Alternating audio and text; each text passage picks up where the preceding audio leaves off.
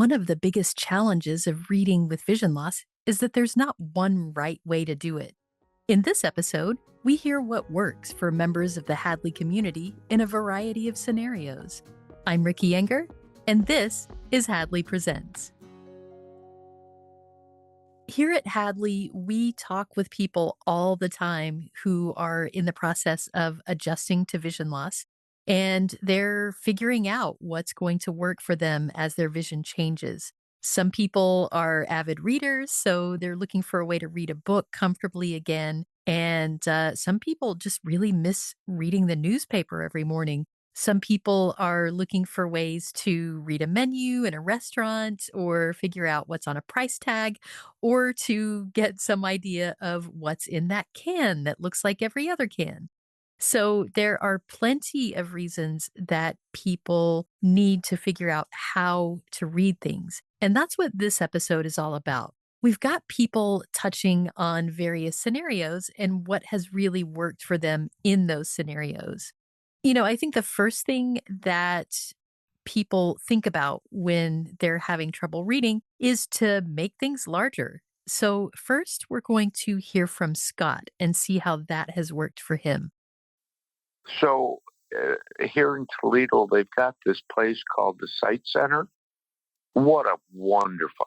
I mean, this place was just really gracious. They had the four different stations, and then the second station was with an optometrist, not a specialist, and she went through everything. I mean, magnifying glasses I can carry in my pocket or any of this. And I said, well, I can't read the menu now when we go out to eat. And so she had something, something, or something. So she tested my eyes and then she came up with, well, can you read a book?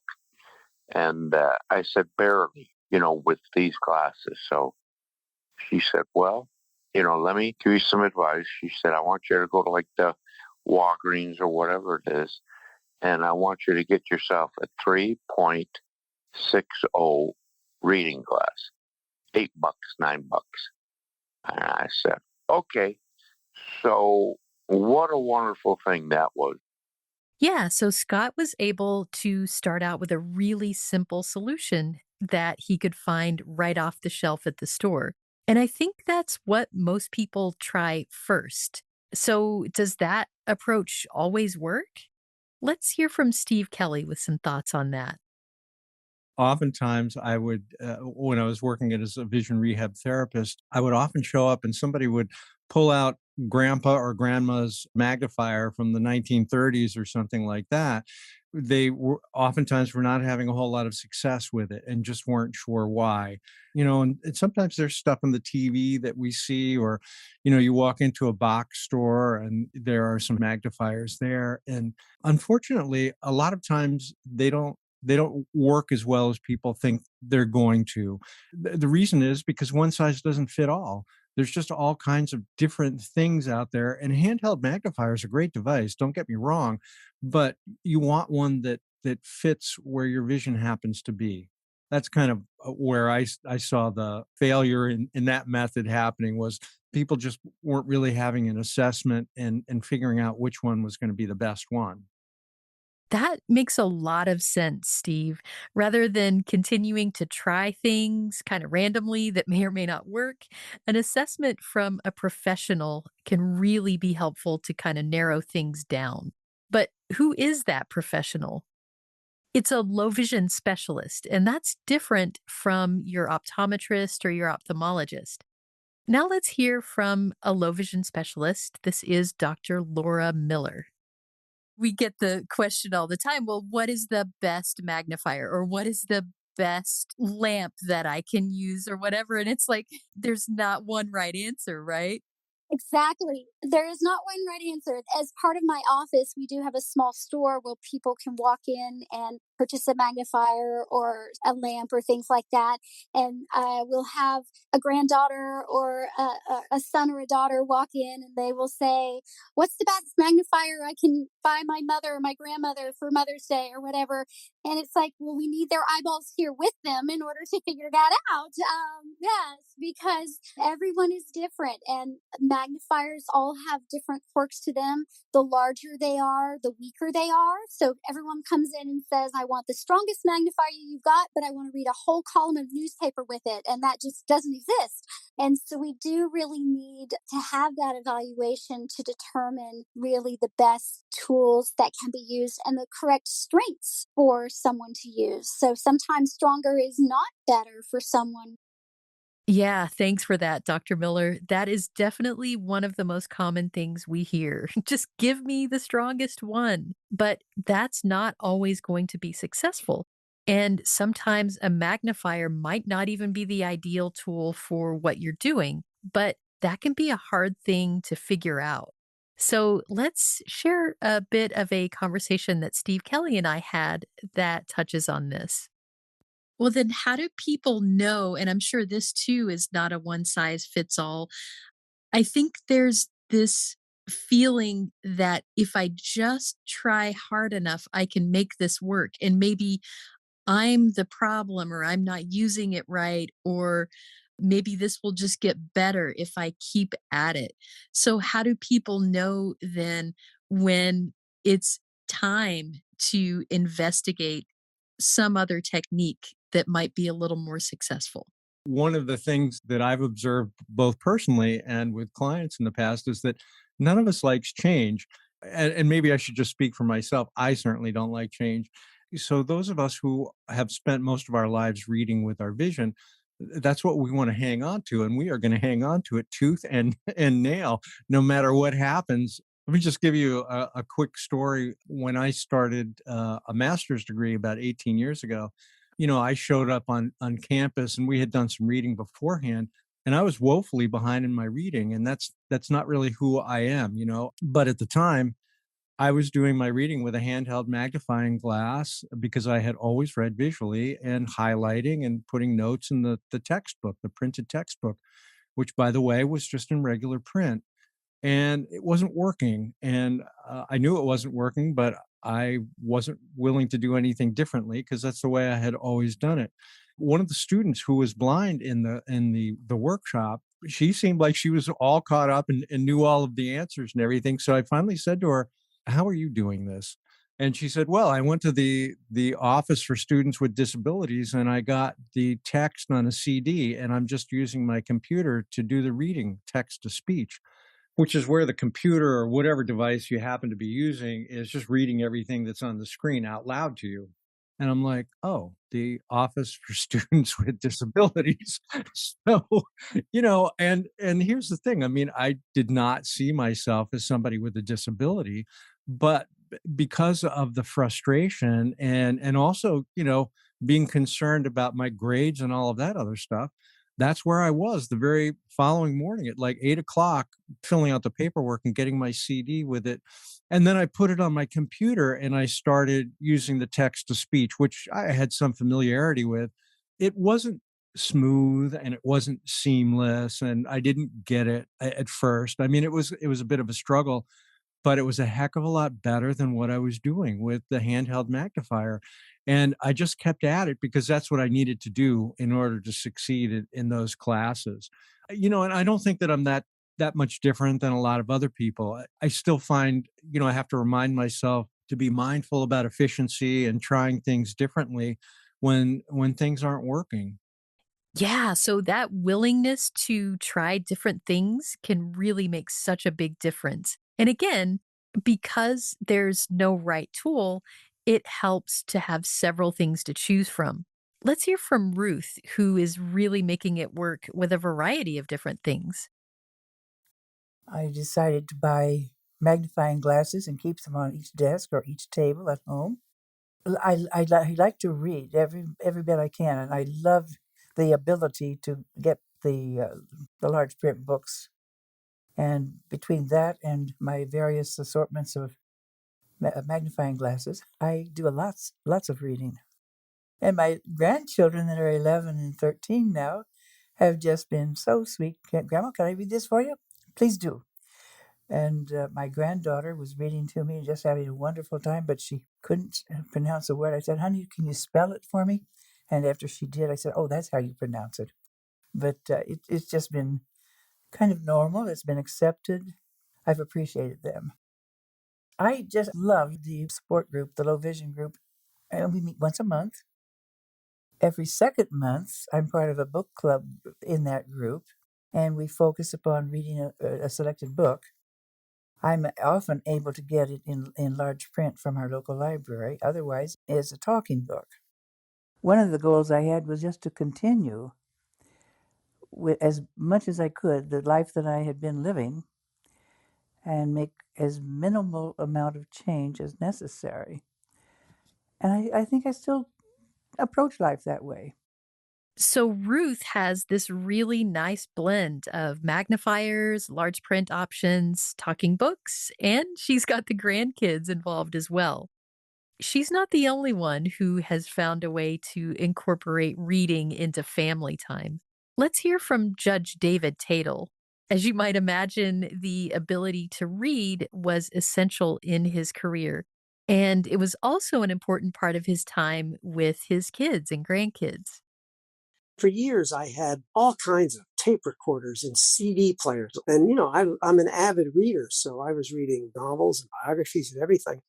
During this time, we have little children, and I was reading bedtime stories to them, but we were listening to them. We would get Goodnight Moon, and I would read Goodnight Moon with the little children, and we would listen, and they would turn the pages. And as they got older, we moved to bigger books. I read with all my children, and now my grandchildren for years with audible books or recorded books. But then the most important transition, when they all went digital, I have a Victor reader. All my books and newspapers are downloaded directly to my Victor reader. And I have an iPhone, which is the most marvelous device ever. I get my books from the Library of Congress, from audible.com, from Learning Ally. I get my newspapers from Newsline, and I use my iPhone to read, Politico and all those kinds of things, and to do emails. Yeah, so a lot of tools in the toolbox for Judge Tatel. Some of those, like an iPhone, might be familiar to you already. But some of those, like Learning Ally and NFB Newsline, might be pretty new. We have an entire episode on NFB Newsline, but let's get a sneak peek of that if you're curious about what it is. When I was seeing people face to face, you know what I heard most of the time, and we still hear it, when we pick up the phone here at Hadley, is I miss reading the newspaper. And a lot of folks with an acquired vision loss might say, I can still read the headlines or something like that, but they're just not able to read the smaller print. And honestly, I think the print in newspapers has gotten smaller over the years. And so next to driving, that seems to be the big one. So the elevator pitch is, you want to get back to reading your newspaper and magazines again? Well, NFB Newsline is the way to do it. What an awesome service. And this is something that you can access by dialing a phone, getting an app, or going to a website. And those are just a couple of ways that you can access your local newspaper. And again, we have a link to that whole episode in our show notes. One option that keeps coming up in these member conversations is talking books. So you might have heard of Audible, or you may know that your local library has some audiobooks that you can download, but there is one other service that you should know about. We're going to hear from Tanya Bigford of the National Library Service. And she not only shares about what the NLS service is, but also she gives us some tips on how to make that transition from print to audio, because it really doesn't always feel natural or easy for people at first. So, could you just go through again? Let's say you have maybe you can read with magnification, but you're kind of struggling still. Would you be able to qualify for services for NLS? Yes, the service is available for people who are unable to read standard print, which means if you require large print in order to read the book, then you're eligible for our services. If you require a magnifying glass to read a book, then you're eligible for our services. So, yes, that is something that people think, and we work really hard. And thank you, by the way, for having us on your program today as one more effort to get the word out to the community that it's for anyone unable to read standard print, whether they can fix that problem or not using a magnifying glass. One question that we get a lot, it's a subject that comes up over and over again, is that reading using audio is such an unfamiliar thing for many people. They're not accustomed to listening in order to get their information. And then on top of that, you have the technology to access some of this may be brand new as well, whether it's the app or the talking book player. And people get just a little bit overwhelmed by finding this new way to read and then trying to figure out the technology too. Do you have tips for someone who is making that transition from reading in print to this other method? I do. Not everybody's an auditory learner. And right off the bat, I do mention that they're not alone. And I think it helps to set expectations about the fact that it may not be easy to transition to listening to books. But here's where we can equip people with the tools they need to have success. First of all, some people prefer a male voice, or they prefer a female voice with the tone changed. Right. And the players allow you to do that, and so does the app and mobile. So there's some things we can do. Sometimes we suggest wearing headphones. I'm in a assisted living center and I have a roommate, and I'm not tracking my book because there's so much activity, with people walking in and out of my room and my roommate talking to me and the TV going. So we talk about using headphones at times and then reducing the stress about the whole process by saying, well, you can reverse, 15 seconds, a minute, 5 minutes, and start again. If you've lost the pace of the book and the storyline, you can go back. But just knowing, I think just telling people, yeah, this is natural. You're not alone. A lot of people struggle with this because they're just not auditory learners. They were visual learners. And it takes time to adjust to auditory. What my example is when you ask for directions, when someone told you what you needed to do, did you walk away from that person thinking, I have no idea what they just said to me? Or did you go back and say, we need to write this down because I'll never remember this if we don't write this down? Well, there's a tip for you that you're a visual person, and it's going to take you some time to adjust to listening to the audiobook and focusing on the words that are being said and the storyline. And some people find a very happy balance between cooking and listening, or between crocheting and listening, or Mhm. sewing and listening, or whatever it is that they're doing. They are actively listening while also not necessarily shutting out the world around them, but they find a balance. And I think a lot of people are afraid to admit that the audiobooks are hard for them to listen to.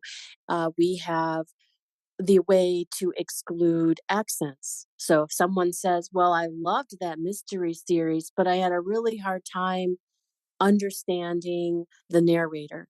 Well, we can work to make sure that the narrators that narrate the books they want to read do not have an accent.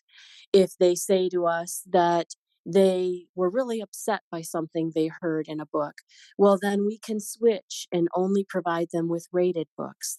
The National Library Service has unrated and rated books. And it's just what's happening. But a lot of commercial publishers are providing audiobooks that are not rated. And so we don't really know what's in them.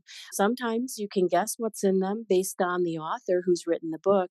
But if someone is really sensitive to what they hear in the books, then we can just limit the list of books that we send them to rated books.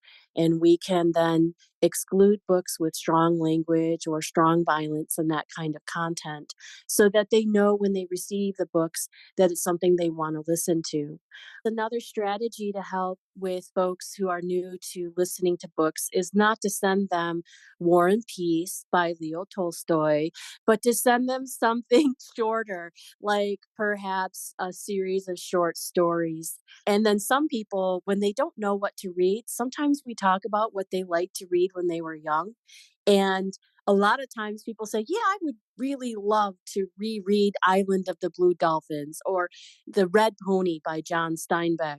You name it. Sometimes we just start with something they know, and that really helps them sort of adjust because they have a timeline and they have a visual in their mind for that story already.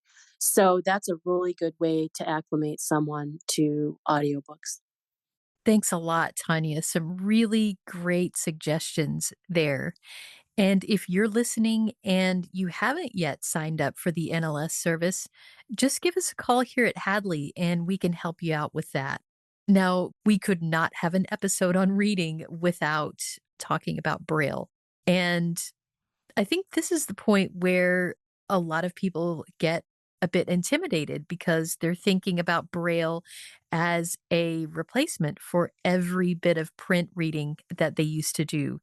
But there are ways to use Braille in daily life that don't involve reading a whole novel. So let's hear from Mark on why he decided to learn Braille. I have low vision, and Braille is extremely helpful for me in a practical sense. I go to various places, and frequently I can't read the signs, but there is Braille there, like in an elevator. The numbers don't always go left to right. Sometimes they go vertically. So if I can feel it, it's helpful. Doctors' offices have placards outside with the name but again, sometimes it's not really, without shoving my face into the wall, I can't really be sure of where I'm going. And Braille would be a big help for that. Learning takes time, and especially something like this, where it's multisensory, but I found it to be wonderful. I really love that enthusiasm from Mark. It sounds like he has had a lot of fun learning Braille and he has figured out some ways to use it in his everyday life. And that's what it's all about. So I know if you're listening to this, your head might be spinning a little bit as you're trying to figure out exactly where you are in this process and what steps that you might take next in order to get back to reading whatever it is that you are struggling with. So we do have a workshop series called Reading with Vision Loss that introduces and goes through the options that we've talked about here. So that's one thing that you can check out. You can also just call us 800-323-4238 and we can help you kind of talk through things as well and figure out where to go next. I'd like to end this episode with one last member conversation. So let's hear from Debbie because Debbie has such a relatable story of moving from one tool to another and finding out which things really work for her. I've always been a reader. I love reading novels. And at the time, I had an hour and a half bus ride to get to work in the morning. So I'd always take a book to read. Well, after a while, I couldn't read regular size print. So I would get large print books from the library. And then that wasn't big enough for me. So I would get these magnified reading glasses. And then eventually that wasn't big enough for me. So I would get a handheld magnifier. with reading glasses, with a large print book, and I would read on the bus, moving my wrist back and forth with the magnifier. And I gave myself carpal tunnel syndrome. I wasn't totally blind, I mean, for all practical purposes was. So I signed up for Hadley, but I could still see. So I thought, I don't need Braille. I don't need screen readers. But anyway, their class taught me that with Braille, I didn't need to learn Braille to read books. I could just put on a few little Braille letters on my spices. And then I would know what my spices were, because unless it was cinnamon or pepper, I had to ask somebody in my family, what is this? What is that? And I was the one who did all the cooking. So that was kind of inconvenient for everybody. So Hadley taught me it might be useful to learn Braille. I discovered that I love Braille, and I discovered that reading Braille books as well as listening to audiobooks is a whole heck of a lot easier than trying to see books and using three levels of magnification and all of that. Braille can be useful even if you're not totally blind. Thank you so much, Debbie. Again, really relatable. And I want to thank all of you, all of the people who have had conversations with us and have been willing to share their stories. If you're trying to figure out what's going to work best for you, or if you want to learn more about any of these tools that we've mentioned here, just give us a call and we'll be really happy to help. Thanks so much for listening. Got something to say? Share your thoughts about this episode of Hadley Presents, or make suggestions for future episodes. We'd love to hear from you. Send us an email at podcast@hadleyhelps.org. That's podcast@hadleyhelps.org. Or leave us a message at 847-784-2870. Thanks for listening.